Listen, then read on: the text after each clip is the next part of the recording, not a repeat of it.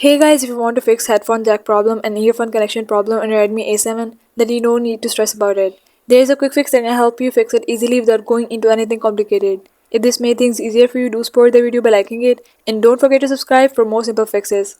Alright, let's fix it.